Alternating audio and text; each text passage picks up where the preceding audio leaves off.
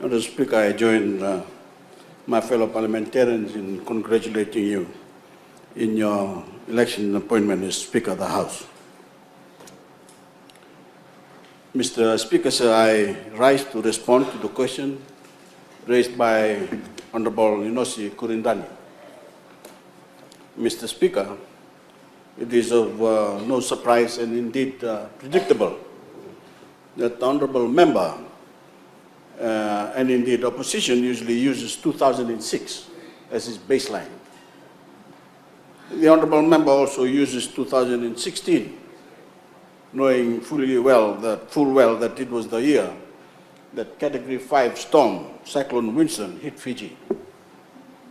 And this, as we all know, was the second strongest storm in the world, taking out 1/3 of our GDP. You just listen.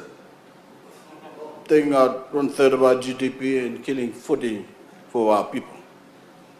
So this does not give a true indication of the sugar production trend. In order to assess the sugar production trend, Mr. Speaker, we cannot only look at a few years' data, and especially not 2016.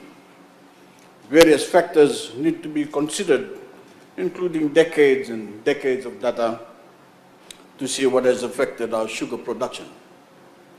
In fact, 3 years prior to the tropical cyclone Winston, the trend in cane production was on the rise.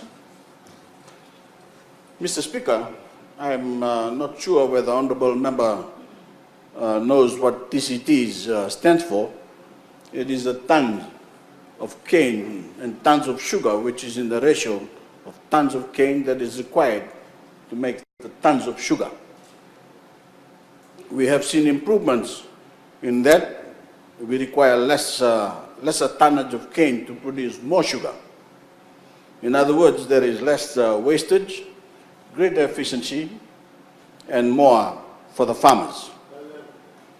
Also, the total cane crushed in 2017 increased by 18% year on year, a commendable effort despite the damages of TC Winston. And I would encourage the Honourable Member to have a look at the Fiji Sugar Corporation website, which is all these figures. Mr. Speaker, sir, the sugar industry landscape has changed dramatically, not only from 2006, but way back from 1987, when the coup makers saw the sugarcane industry as a threat to their political ambitions and set out to wittingly or unwittingly destroy it. This significantly undermined the confidence of the sugarcane farmers, who had been for generations making a living and contributing to our economy through the sugarcane industry. Of course, Mr. Speaker, land leases which were started expiring in 1996, and its politicization started seeing a reduction in farmlands available for sugarcane farming. All Honourable Kurindani has to do is talk to Honourable Nikono Waikula. He has a lot of stories in that area. But that, Mr. Speaker, this meant a lower number of active sugar industry players, namely the sugarcane farmers and labourers. The increase in natural disasters also had an unforeseen impact on sugarcane production. All these factors, Mr. Speaker, all these factors have a combined effect of significant changes to Fiji's annual sugarcane and sugar production output. To address this declining trend, let me assure this August Parliament that the government has put in place strategies aimed at having a sustainable sugar industry, and these are outlined in the National Development Plan, which I hope everyone on the other side of the House has an opportunity to read. Mr. Speaker, sir, I intend to update the honourable members in future on the detailed strategies that is being pursued and planned for the sugar industry. I thank you. Honourable members, I thank the Honourable Prime Minister. Supplementary question? You have the floor, Honourable Prime Minister. Thank you, Honourable Speaker. I agree with the Prime Minister that before 2006, we had issues with respect to land leases. And the number of farmers went down to 18,000. But since 2006, the number of farmers have declined by about 6,000. It's actually now only 12,000 farmers. And cane production today is half of what it was in 2006. Can the Prime Minister explain if the leases, non-renewal of leases were a factor after 2006 in the decline of the number of farmers from 18,000 to 12,000? That's the question. The number of expiring leases was affected in the decline. Thank you, the Honourable Member. I now give the floor to the Honourable Prime Minister. You have the floor, sir. Yes, Mr. Speaker. But let me elaborate more on the 5 of the attributing factors for the decline in sugar production, which he knows about, but he doesn't want to tell everyone.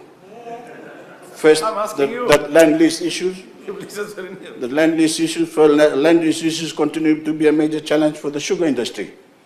As a result of non-renewal of leases, the total sugar farming land had reduced from 73,000 hectares in 1996 to 55,000 in 2006. This is further reduced to approximately 39,000 hectares in 2016.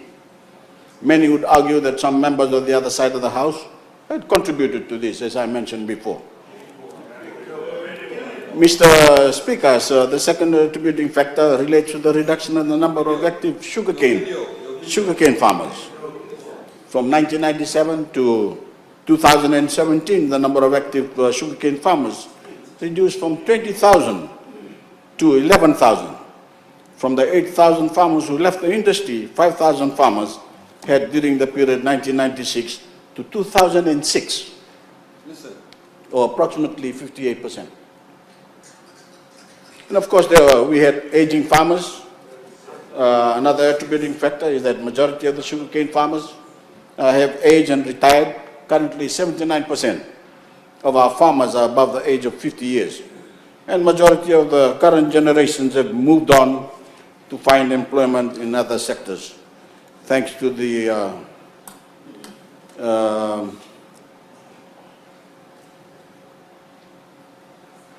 Ministry of Youth and Sports, and also to the Ministry of Education for the issues that they've brought up with regards to free education and all the issues with regard to sports.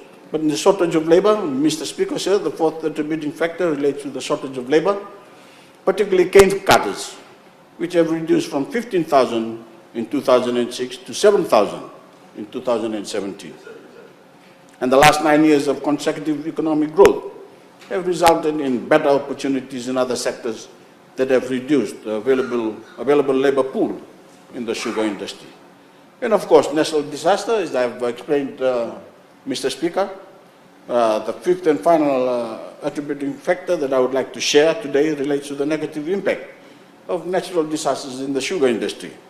I've talked about Winston, but during the period 2007 to 2016, Fiji has experienced 8 natural disasters in the form of tropical cyclones, flooding and prolonged droughts. Mr. Speaker, sir, these unforeseen events has reduced the sugarcane production from 2.4 million to 1.7 million tons of cane during the period 2007 and 2010. Similar effect also was experienced for 3 consecutive years, from 2014 to 2016, where the industry was affected by 3 disasters, including tropical cyclone Winston. As a result, Mr. Speaker, the sugar cane production declined from 1.8 million to 1.3 million tons of cane. Despite these industry challenges, Mr. Speaker, the Fiji First government remains committed to having a sustainable sugar industry in Fiji and for Fiji, and the focus of the industry reforms is on the growth, improved governance, structure, modernizations, and resilience. I thank you, Mr. Speaker. I thank the